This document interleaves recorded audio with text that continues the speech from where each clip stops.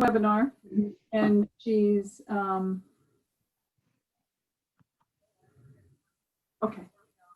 Okay, I see her. All right, great. Okay, I just promoted her. Okay. There she is.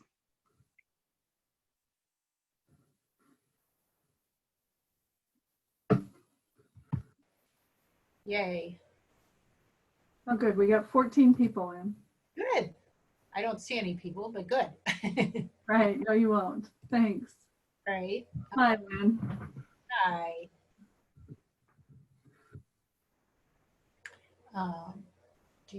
When do you want to start? Well, We're ready, Michelle. okay, great. So welcome, everybody. I can't actually see that there are people in, but it looks like everybody is here. Tonight, we have Lynn Fitzhugh. She's from Thirst and Climate Action, and she's going to be talking to us about Food Challenge.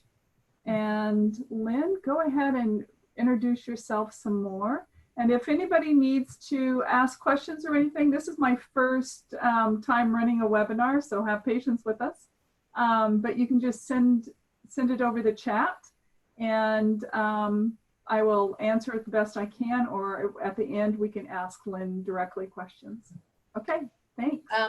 Yeah, in fact, I think how I want to try to handle questions is if you have a question about the slide I'm showing, you can go ahead and unmute and ask that question. But if it's about some other thing about the topic, kind of hold that question, because I might be right about to get to it. And if I really haven't gotten to it by the end, then that'll be good for question and answer at the end. So that's kind of how I like to do questions. Okay, and I'm going to shut off my video so it's not distracting, and then you're going to be able to share your screen. Yes. Okay, great. So Thank you. just to say a little more to introduce myself, I've been working on climate change issues for the last 12 or 13 years. And I am the Community Engagement Director for Thirst and Climate Action Team. And I started working on food issues about 5 years ago. And I really feel like it's an important part to work with, because it's part of all our lives and it's part of climate change. So let me go ahead here just a second and get the PowerPoint up. Just a second.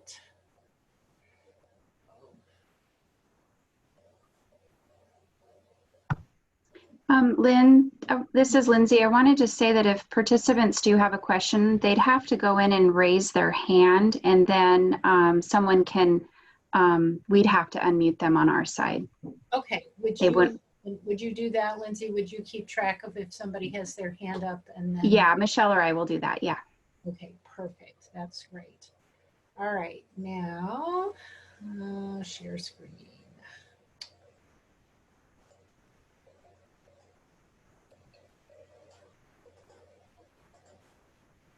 Okay, can people see that? Someone? Yes. Yeah, okay, good. And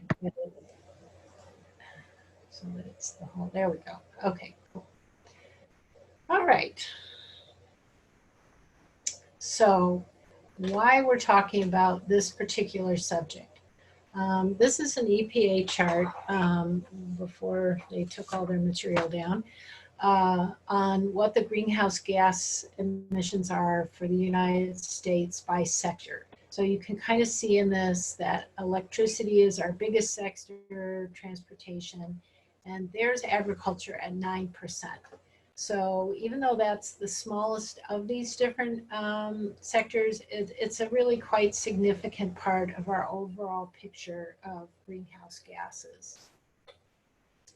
So the food challenge is a challenge to you to look at 4 different kinds of ways you can try to address climate change and your food consumption. So one part of our challenge is looking at eating locally and seasonally. Another part is eating organically.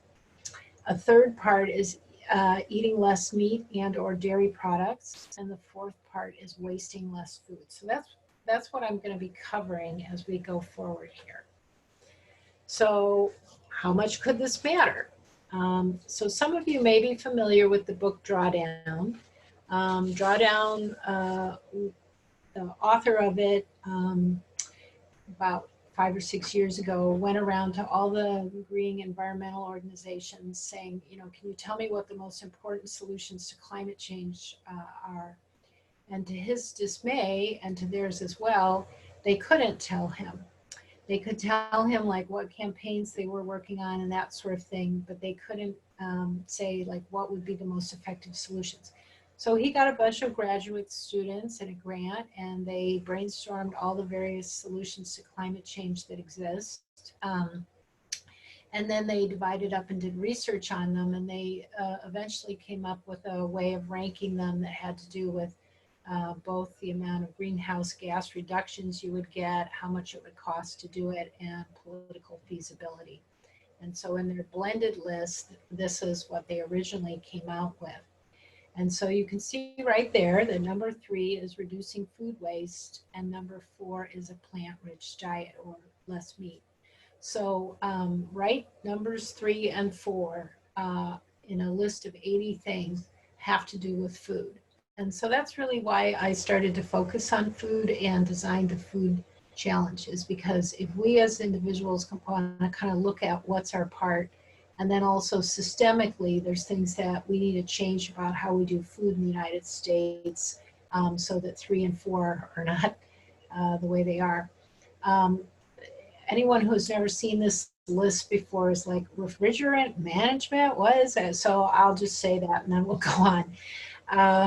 Refrigerant management has to do with the gases that are in literally our refrigerators and our other cooling systems like air conditioning. And it turns out that a certain amount of that off gases, and it's a far, far more potent greenhouse gas than CO2 or even methane. And so it turned out as one of the greatest contributors. The good news is that internationally, a treaty was signed during the Obama administration where all the countries of the world except one, not us, agreed to change what they were doing by 2020. Unfortunately, President Trump has refused to enact the treaty. He didn't pull us out of it, but it just hasn't been enacted. Okay, I'm going to go on. So eating locally. Oh yeah, so I'm going to ask you to unmute everyone for a minute. And I want to hear what people's answer is to this question. How many miles from field to table on average in the US? So just go ahead and shout something out as your answer. I'm not hearing any answers. Anybody got a guess? I'll do 1,000. 1,000, okay. Anybody else got a guess? This is Bob. I'm going to go for 1,800 miles. Okay. 3,000. 3,000. Wow, you really got us going. Okay, the answer is 1,500 miles. Food changes hands 6 times on average before it gets to the table. So you may wonder, well, how can that be? So there's the leaving the fry. You're gonna have to mute people again. Yeah, thank you. There's the food leaving the farm. There's the food going to a processing center. There's meat getting sold at auction, going to butchering places, processing plants, shipping to a distribution center, shipping to a grocery store. Yeah. So anyway, a lot of traveling for our food. And one of the things that really adds to this footprint of miles is we do really crazy things like grow food in our country, send it to another country to be processed, and then have it sent back. We also import foods from, South America, etc. So our food can travel very far to get to us. So what is the definition of local? The definition of local is generally under 500 miles, although I have seen people throw out other definitions. And local food would be food that comes from farmers markets, from community, oh boy, my brain is losing the word it wants right now. CSAs are ways that farmers can sell you a package for the whole summer, where you'll get weekly in season food from them. You pay them a fee that's the same each week or each month for that service. And then gardening, our own gardening is another way of getting local food. So one of the things I love to point out about local gardening is during World War II, they had what they called victory gardens, and 40% of the food that was available or produced in the United States during World War II were produced in these victory gardens. And people sort of had to go to that because most of the food was being sent to the troops. But what I think is even, kind of exciting to notice about that is how much we were able to do when we put our mind to it. And so as we face the problem of climate change, there's all kinds of things possible if we put our mind to it. So low-till versus tractor tilling is an example of some of the difference you may get when you have local farming or local farming, because local farms tend to be smaller in general, and so they're going to do things in a more small scale way and not this big mega farming. And although you can have this difference from imported food as well. And so the thing that's important to know is when you do tractor tilling like that, you're releasing carbon from the soil. When you do simply hoeing or other kinds of low-till methods or even no-till methods, you're not releasing carbon. So some of the benefits of eating local is it's fresher, obviously. It's better for the immune system. It turns out that things that are grown in our local environment respond, develop in them things that help with pests or problems or diseases that are local. So it is better for your immune system. It's less processed, and it supports local economies. We've found that money will circulate 6 times more in a local economy than if it's going back to some big corporate entity that you may be purchasing from. And it supports our local farmers. So what policy changes support local? Well, this is just one example. Now you may wonder what that big mess is there. That is colony bee collapse disorder. And there's been a problem now for over 10 years where whole hives are collapsing like that and dying, and we're losing a huge percentage of bees every year. About 1/3 of the population of bees is being lost and then kind of has to regenerate. This is a huge threat to us because bees are responsible for 1 in 3 bites of all the food that we eat because of being pollinators. So they're pollinating our fruits and our nuts and that sort of thing. At first they didn't know what was causing this, but at this point they now know that it's from neonicotine. I'm probably not pronouncing that correctly, but a kind of pesticides. And those pesticides have been banned in Europe and many other countries, but the US stubbornly refuses to ban them. So this is an example of a kind of policy change that would support local food, because if we have a healthy bee population, we have a healthy food population.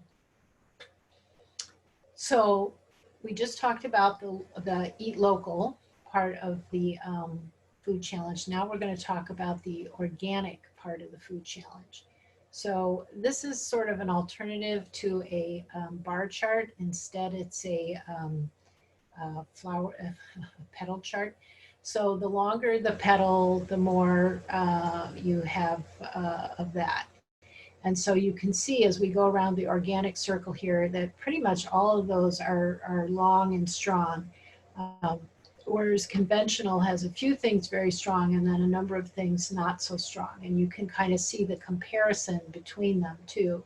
So kind of going clockwise here from the top, because I'm not sure if everybody can see this well, you get better soil quality with organic. You minimize the use of energy. You get more biodiversity. You minimize water pollution. You have more profitability. Uh, the total costs are better. The ecosystem services are better. The employment of workers is better. You reduce workers' exposure to pesticides. You have more minimal pesticide residue on the food. You have better nutritional quality and you have better yield. So, just really a lot of other things that we value come with organic. So what are the problems with big agriculture?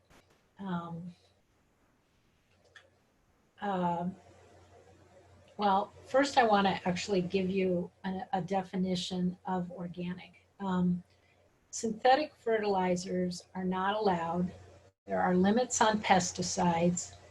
Organic also regulates the use of pesticides. It allows some, but not the most dangerous. It prohibits the use of artificial additives and GMOs. It also encourages more sustainable practices such as cover cropping, crop rotation, and composting, all of which allow the soil to better sequester carbon.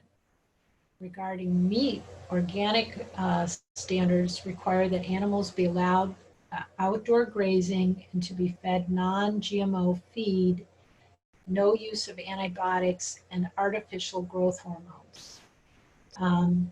So then kind of going on to talk a little bit here about industrial agriculture, we have had industrial agriculture since the 1920s, but it really took off in the 1970s. Organic sort of rose up in the 60s to address some of the abuses of big agriculture and the concerns with social justice issues. We've only had labeling for organic since 2002, and that's been mainly just concerned with the production standards. 40% of all energy used for industrial agriculture is for fertilizer and pesticides. So we're using fossil fuels when we're using fertilizer and pesticides. And of course, that's one of the biggest differences between organic and industrial. The organic food system uses 30 to 50% less energy, and the soil sequesters 28% more carbon than industrial farmed soil. So that's a pretty significant difference that we're talking about. So the myths about organic. Well, the main myth about organic is that we have to have industrial agriculture in order to feed the ever-growing huge world population, and that it's not economically feasible to do so otherwise. But I have to tell you, that is really kind of the propaganda of the fertilizer and pesticide industry. In fact, long-term studies by the Rodale Institute show crop yields from organic and synthetic chemical farms are similar in years of average precipitation, but during droughts and floods, organic farms do better due to having stronger root systems in organic plants and better moisture retention in the soil, which prevents runoff and erosion. So data shows that organic production requires 30% less energy, as I mentioned a minute ago, than chemical production when growing corn and soybeans, and that organic farms create more jobs because labor inputs are approximately 15% higher. The most surprising finding of the study is that organically farmed soil stores a lot of carbon, so much in fact that if all the cultivated land in the world were farmed organically, it would immediately reduce our climate crisis very significantly. At one point it was felt it could do it alone, and of course now we've progressed to a point where that's no longer possible. We'd have to have other solutions as well, but it's a very significant impact. So I'm going to move to the next slide. So why is organic so expensive? You know, it's kind of counterintuitive, right? We would think that the product that had fertilizer and other, other chemical additives, that it's going to wind up being more expensive than the one that's just natural, that just doesn't have stuff added to it. But the reason is because of subsidies.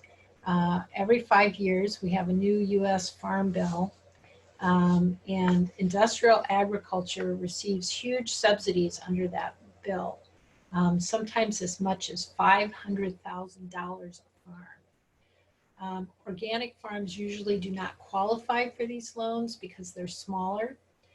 So basically, they're competing against subsidized farming. So this is really a very similar situation to what we've seen with big oil and big coal, where they get the subsidies and solar and wind has not gotten the subsidies. So it's kind of another example of where we're subsidizing the wrong thing. I do want to point out, however, that when we have to make that pocketbook choice about do we pay for organic, that for those of us who have the disposable income to pay for it, I like to think of it as I'm paying for the world I want. But I also want to point out to people that there's a program called Fresh Bucks, where people who receive food coupons can get Fresh Bucks. And what that means is that when they go to a farmer's market, they get a 2-to-1 match. So if they spend $10 on vegetables, they'll actually get like $20 worth of food. So that's a great outcome to have. So advantages of eating organic. Widespread evidence that it's healthier. Research links agricultural chemicals and GMOs to asthma, allergies, autism, ADHD, cancer, diabetes, infertility, childhood leukemia, obesity, organ failure, accelerating aging, Parkinson's disease, genital malformation, and intestinal damage. It's a pretty hefty list. Another advantage of eating organic is you're not consuming pesticides or other noxious chemicals or GMOs. Organic actually can produce more food than traditional agriculture. You're not contributing to coastal water dead zones from the pesticides running off into the water, and you're keeping nutrients in the soil. Therefore, the organic food actually has more nutrients in it. So policy changes for organic. In general, we could do a lot more in the Farm Bill when it passes to support organic farming and regenerative, which I'm going to talk about in a minute. Under this administration, that hasn't been possible, but that's what we hope for. So regenerative agriculture is a relatively new thing. It's just come out this January with a label. So like some of you recognize the organic label, but this label up here with the R and the O is probably new to you. But if you start seeing that on food, it means that it's regenerative. So regenerative is organic, but it's even more than organic. So I would call it organic plus. And over here on the left, you see this chart that's making a little bit of a comparison between regenerative and industrial agriculture. So it notes that industrial agriculture is competitive with nature, whereas regenerative is finding ways of partnering with nature. So an example of that would be, rather than aggressively removing all the stalks or leftover things from the field as industrial agriculture does. Regenerative leaves them to compost in the field, which is partnering with the way nature normally does it. Disturbing the soil versus protecting the soil. So the soil is disturbed by that kind of tractor activity that you see there in the picture. Whereas cover cropping is typically done in regenerative, which helps the soil retain and not lose anything to wind or rain, etc. Monoculture versus diversity. So it's very common in industrial farms that they will just do 1 or 2 crops on the land per year, often the same one year after year, which really strips it out of nutrients.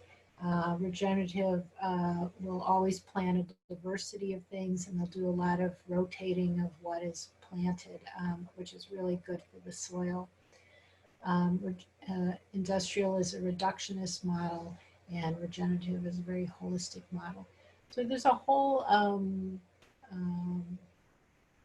bunch of different techniques that are used in regenerative. I'm not going to go into all the details of that, but other than just to say that they really are working with the way nature works. It's much more returning to how the earth operates.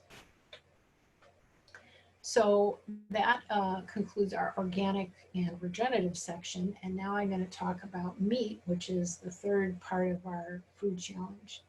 So eating less meat saves the greatest greenhouse gases. If you were to cut 1 day of meat out of your diet a week, so if you're eating meat every day, and let's say you do meatless Monday, you'd be cutting 494 pounds of greenhouse gases out of your diet per year. If you were to become a vegetarian, so you don't eat meat any day of the year, that would be 2,718 pounds cut out. And if you were to become vegan, so you're not even having dairy products, 3,459 pounds a year cut out. And just so you have something to compare that to, an average US car travels 12,000 miles a year at 21 gallons. That's like 5,600 pounds. So essentially, if you become vegetarian or vegan, it's about the same as giving up driving a Prius. So it's very significant. I mean, when you look at things that individuals can do, giving up flying is the most significant thing. And after that, giving up your car or becoming vegetarian are kind of neck and neck with each other. But all meats are not the same, and especially as people are starting to think about trying to make a change, you know, you can ease into it, and you can just start by giving up the worst meats. So I love this chart, but unfortunately, it's a big enough chart that it's pretty small on this slide. So I'm going to just try to talk about it so that you know what it says. So at the bottom, the very worst thing is lamb, and that goes way, the car there would drive way off of the chart.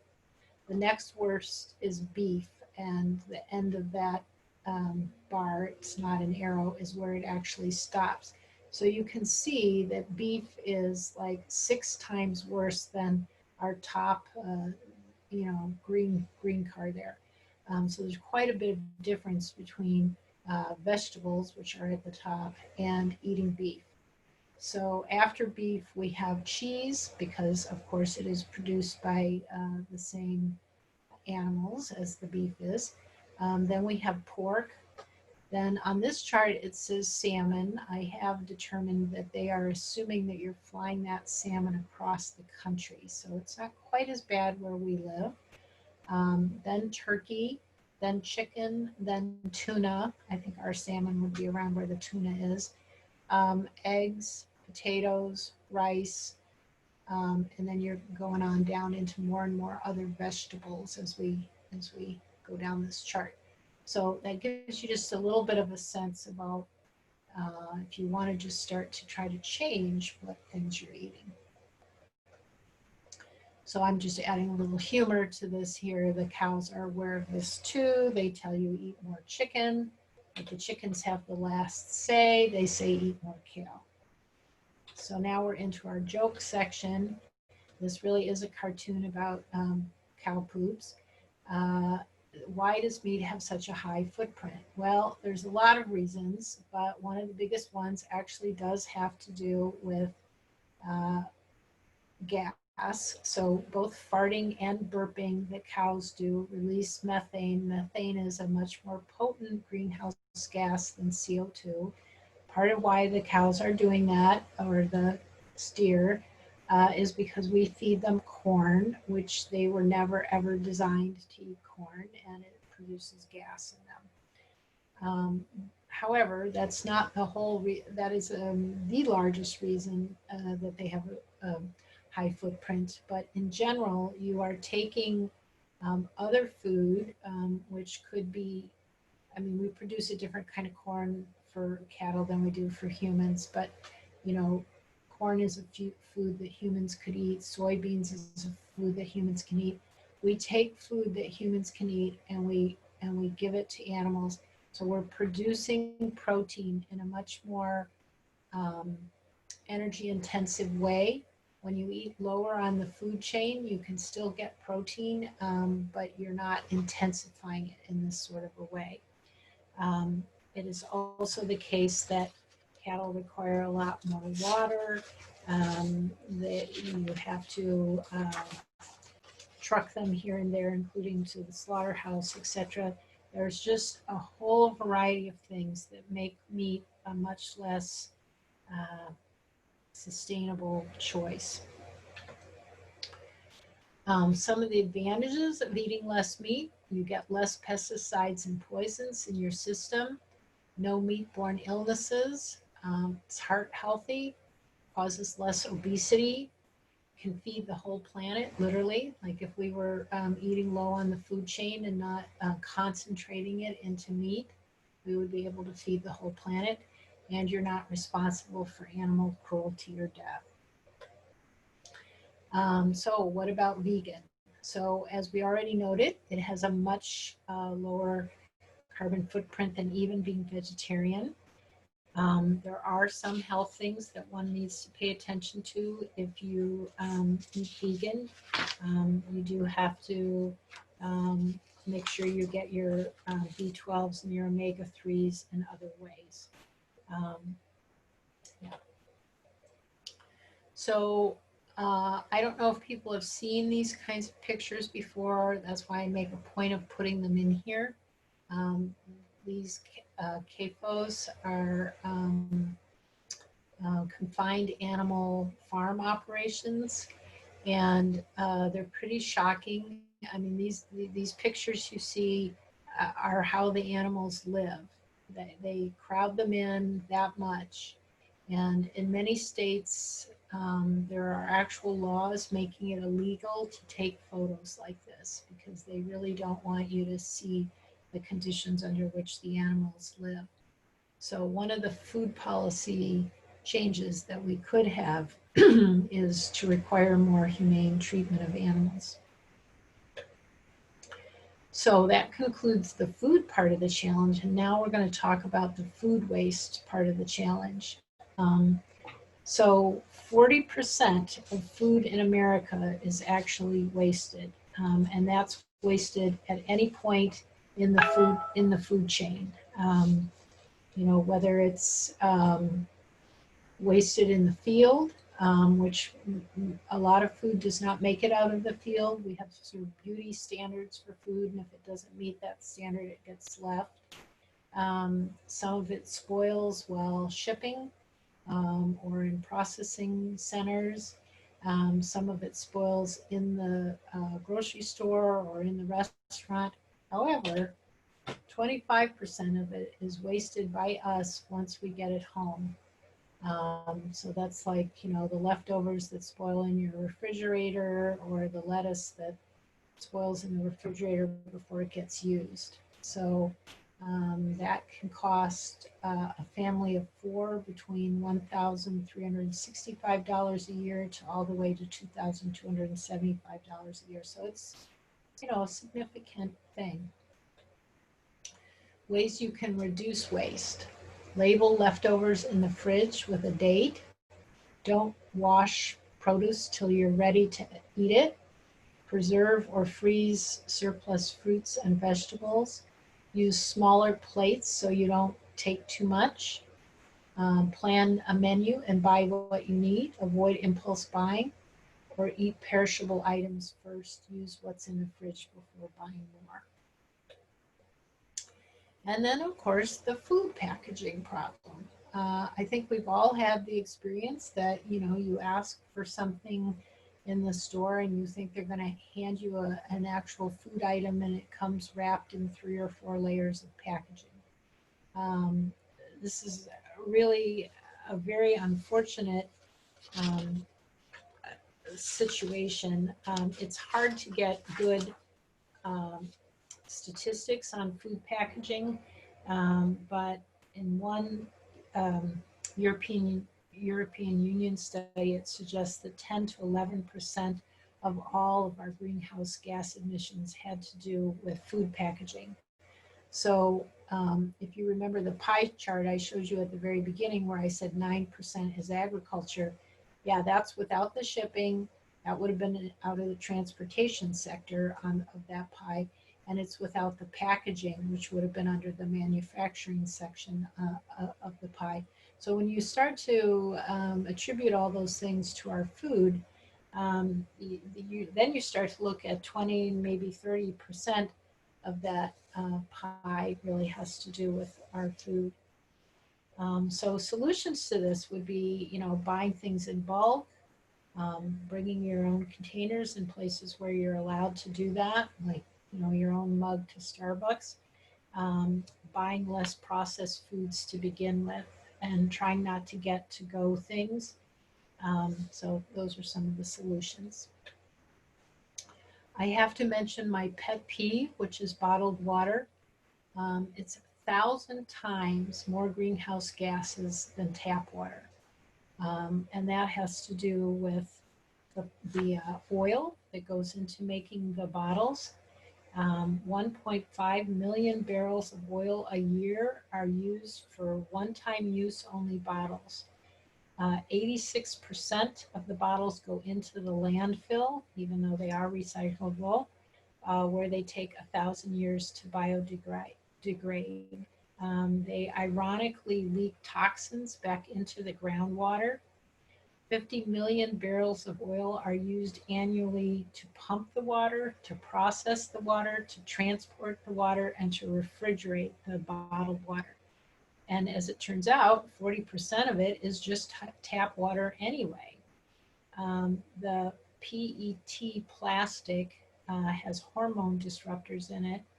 And then I suggest that people listen to this Van Jones TED Talk, where he talks about the impact of the plastic on less developed nations where they produce it. So it has some social justice implications too. So changing policies around food waste. One thing would be to support the Food Waste Reduction Act in Congress. This has been introduced a number of years now and yet to pass, which would require accurate expiration dates on food. So you've all seen on different food packages it'll say things like best by or use by or expires by. And the truth of the matter is very few of those represent anything that would be a health hazard to you. A lot of it is just a suggestion to the store, like it would be best if you sell it by then. And quite frankly, that forces stores to get rid of food and then they have to get more from the producers. So there's kind of some self-interest being served there. And a lot of food winds up getting wasted as a result of it. And so the effort to get a really accurate kind of food labeling that would really tell only if it was going to be spoiled. Another suggestion is expanding the federal tax benefit for food donations from stores and restaurants. Another suggestion is promoting community and home composting. We do have composting, here in Thurston County, but there are parts of the country that don't. And then promoting food bank donations from gardens and fruit trees. Well, wrong direction. So I wanted to let people know that TCAT, where I work, we have what we're calling Eating for a Healthy Planet support group. So it turns out that what is good for the planet, what I've just been talking about, is also best for human health. So plant-based and organic is also, studies show the best for your human health. But it's not always easy to change your diet. Many of us have cooked a certain way our whole life. We have family and cultural associations with food, etc. And so people find that having others to work on the project of changing their diet with is helpful. And so our support group meets on the 4th Tuesday of the month. And if you are interested in joining that, you can email me there. The next little section of this talk is kind of social justice related issues, but I want to check with Michelle about how we're doing on time. Do I have time to spend about 10 minutes on this part, or would you like me to stop and just take questions and answers at this point? No, I think you have time. Okay, good. So yeah, so now we're off of the food challenge and we're just going to talk about food justice for a minute. So throughout history, who has controlled the land is who has had power politically. It's quite literally an issue of life or death, whether people have access to food, and the primary way to have access to food is to have access to growing food. So, if you really study the politics of what's happened in a lot of countries and what's happened to indigenous people and this sort of thing, it comes down to food sovereignty. This is one of my questions where we have to unmute everybody. So I want to hear people's guesses about what do coffee, fast food burgers, and palm oil have to do with climate change. So unmute for a minute there. Well, I know, for example, that palm oil is really hurting, especially the country. I believe it's Indonesia that's having a really bad time of it because it's very unsustainable, and they're destroying the native rainforests in order to put these palm plantations in, and it's causing a lot of species to possibly become extinct. Mm-hmm. Yes, and it's also making the local people more poor because it's not only eliminating the native wildlife and native flora, but it's also eliminating a lot of the places where the local people used to work. And a lot of times the local people aren't actually working for the plantations. And if they are, they're getting paid next to nothing. Mm-hmm. I'm not sure which person that was, but you nailed it. Anybody have any guesses about the coffee and the fast food burgers? Okay, we're going to go to the next slide. So the answer to all three is deforestation. And that's a picture in the Amazon. And a lot of the deforestation that has happened for coffee, palm oil, and cheap beef for, McDonald's, etc., is happening in South America. And they're deforesting huge areas of the rainforest. And the rainforest is one of the best carbon sinks that we have on the entire planet. So it's pretty scary. You wouldn't know it, but palm oil is used in over half of all the snack foods and cosmetics on our shelves. So, like if you don't want to be part of that problem, you would have to start reading the label on processed foods that you get, or just eat less processed foods. But it is the single fastest driver of deforestation is the palm oil. And then I put this in here for perspective. So world hunger went from 23% in 1990 to 13.5% in 2014. And now it's on its way back up again, unfortunately. 1 in 9 go to bed hungry every night. This is threatened by climate change. So the good direction is now starting to be eliminated by climate change, by things like drought. The worst continent for hunger is Africa, and the worst countries are India, Pakistan, and Bangladesh. 1 in every 15 children in developing countries die before the age of 5. 10,000 children a day of nutrition-related deaths. The US is not exempt from hunger problems. An estimated 14% or 17.4 million US households were food insecure at some point in 2014. And this, of course, is before the pandemic, which is making access to food much worse. So I put this in here for perspective because, you know, when we talk about things like eating lower on the food chain allows more people to eat, we kind of have to see this bigger picture. Another thing to think about is biofuels. So biofuels are made from food. This is a field of cannoli. I would make cannoli oil. There's we use corn for biofuel. We use various different kinds of food for biofuel. And it is possible to make biofuel out of not food, like swish grass is a good source of biofuel. So when we look at whether biofuel is actually a good policy or not, keep in mind that somebody could be eating if we weren't doing it that way. And then I have to say something about the way we treat farm workers in this country. It's just really abysmal. Farm workers and child care workers, nannies, etc., are the two groups of workers in this country that were exempted from the Minimum Wage Act when it was originally passed. So farm workers are almost always making under minimum wage. Part of how this is justified is they tend to not even pay them an hourly wage, but to pay them by bushel or crate or whatever, which encourages them to work as fast as they possibly can in order to try to basically hit the minimum wage mark.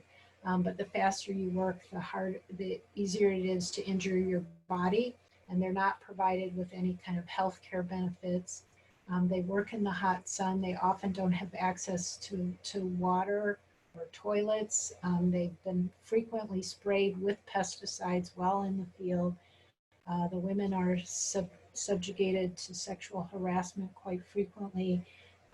It's just a horrible set of conditions. And now as immigration issues have gotten worse, many of them are being taken out of the fields and taken to ICE centers. So, we really need to look at how do we change the treatment of the people who pick our food for us. I try to stay out of the general issues about whether GMO is good or bad, but I do like to point out to people that it is a climate issue.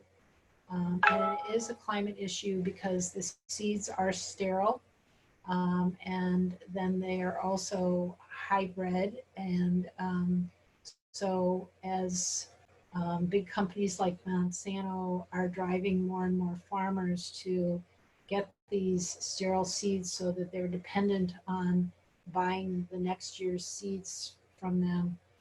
This sets up a potentially disastrous situation as we have more drought coming with climate change.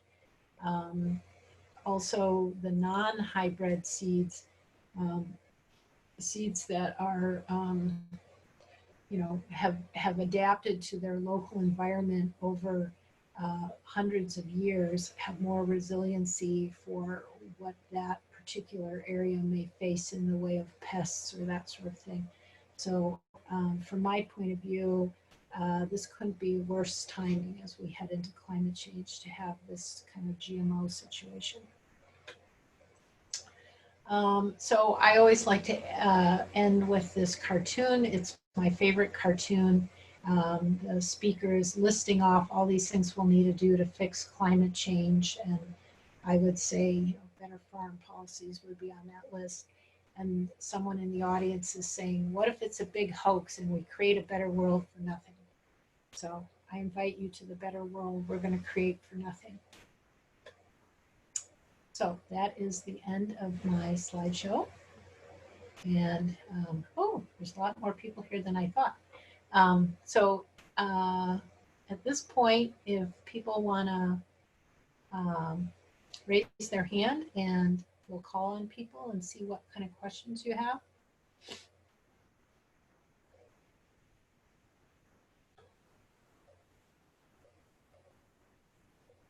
Okay, can we unmute Robert? Am I able to? Yeah, I guess I can. Okay. No? Somebody else is. There we go. Okay, Robert. Am I reading? Yeah. Okay. Well, I put something in the Q&A, but I'll just read it. Okay. What's that about a pesticide autism connection? Autism is primarily a genetic thing, such that the vaccination quote unquote connection has been discredited. Certainly autists have dietary restrictions, notably milk and gluten products. Mm-hmm. You had said something about an autism connection, and I was not sure I heard anything about something like that. Yeah, that is a list I have of different diseases that there are studies making a link between it. So I don't know all the studies. I haven't read all of them. And I think your point is probably certainly valid that some of the studies could be wrong. But that's the the list I read are all things that there are studies linking to pesticides.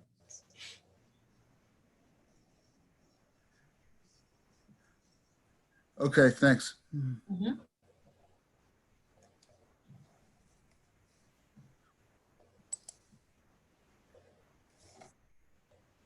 Other questions?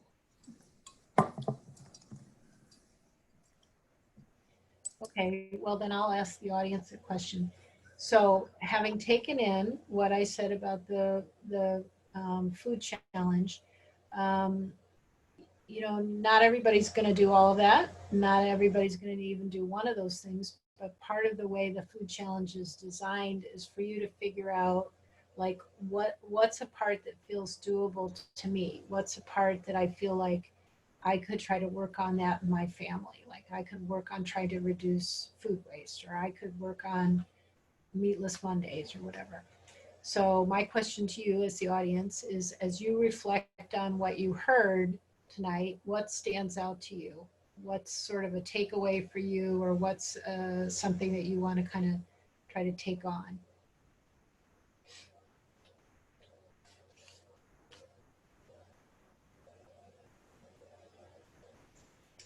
Melanie, go ahead. Sure. I just wanted to say what I'm trying to do at my own house right now. We have gone vegetarian and vegan, trying to go as vegan as possible. Uh, the possibility of trying to get more local produce is definitely something I could do better on. And COVID has definitely put a big struggle for me on reducing my waste, because right now I'm really careful about COVID-19 now. And just going to the store quickly, getting out. I used to do bulk, go to my local food co-op, all of those things to try to get no plastic when I go out shopping. But now I've just reversed that and just trying to stay safe. So my question to you is so the food challenge is out there, but how else is it how are you promoting that to more people? Is there like a Facebook group? Is there just something out there that people can kind of rally around and share it with their friends? Yeah, I like your Facebook page idea. That may be something that I take up. I've mainly just sort of tried to get it out there by doing presentations like this, and then our Eat Healthy for the Planet group is also sort of trying to figure out ways to promote it. I think one of the things we've been talking about is we may put onto TCAT a page under our group where we list different recipes that would be, you know, no meat, you know, recipes, easy, quick ones that will be, we hope, attractive to people. But I like your Facebook page idea.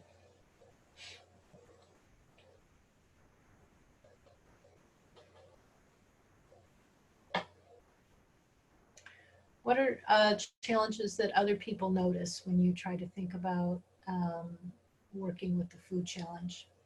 Yes, Robert, it looks like raised his hand.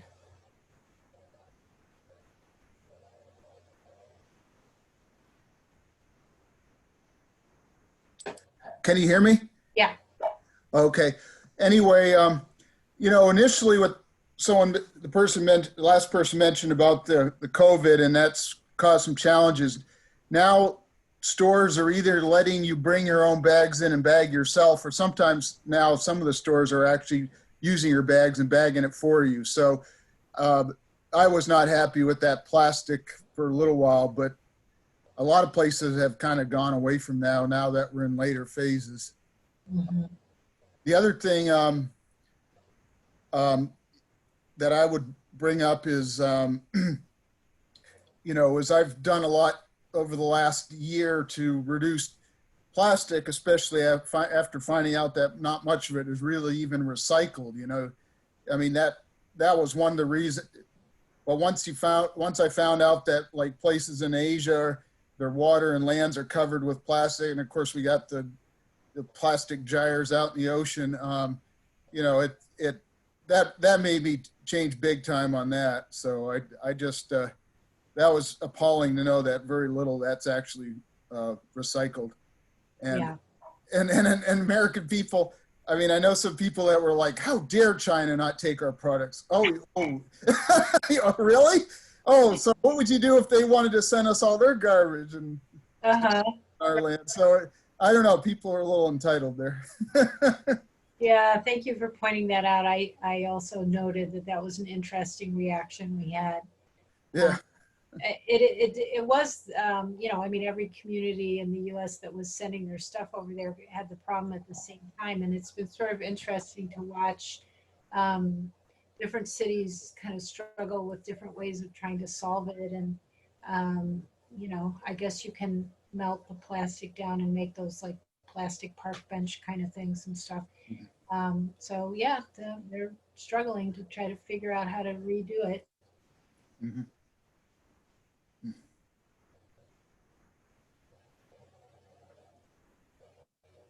Any other thoughts or comments anybody wants to share?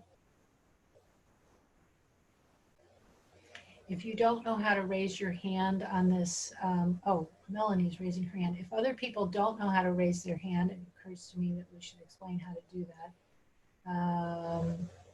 Except I don't see that button. My choice would be that you unmute yourself or you could show your visual on the camera and raise your hand that way. So Melanie, go ahead. Sure. And what I'm seeing on my screen as well, for anyone out there, the raise your hand is if you put your cursor over the screen, it's on the lower portion of the screen underneath the picture. So you just push that button. But my question was just other groups that are out there that you know of that are kind of doing similar things, or kind of bringing together a community of people. Just what do you know that's out there, and you know, just trying to spread the word more to more people. Well, other than what TCAT's doing, there is a group called South Sound Food Network that sort of networks people who are working in the food, with food issues. So that tends to be more professionals who's working with it. There is a group called Fast Food, no, Slow Food, sorry, Slow Food. So the opposite of fast food. And that's a group that's sort of trying to support people who are trying to, you know, not eat processed foods and not eat industrially produced foods, etc. I do not know how to tell you how to get in touch with them, unfortunately, but they are in our community. Let's try to think about yeah, there was a vegan support group that was a monthly potluck that was meeting again through TCAT until COVID happened. But of course, now that COVID's happening, they can't have potluck. So, but I would encourage you to check out the support group because we've had a lot of fun sharing recipes, and we're also talking about how to promote these things into the community. So.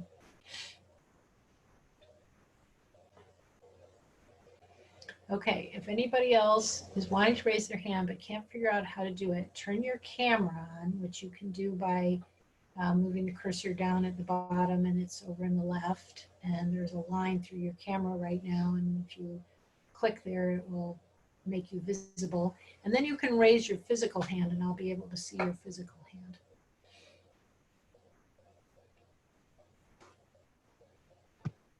Lynn, the webinar that we're in, this is Lindsay helping to moderate. It doesn't allow the attendees to show their camera. So maybe they could just unmute and say, you know, their name and I have a question. Okay, cool.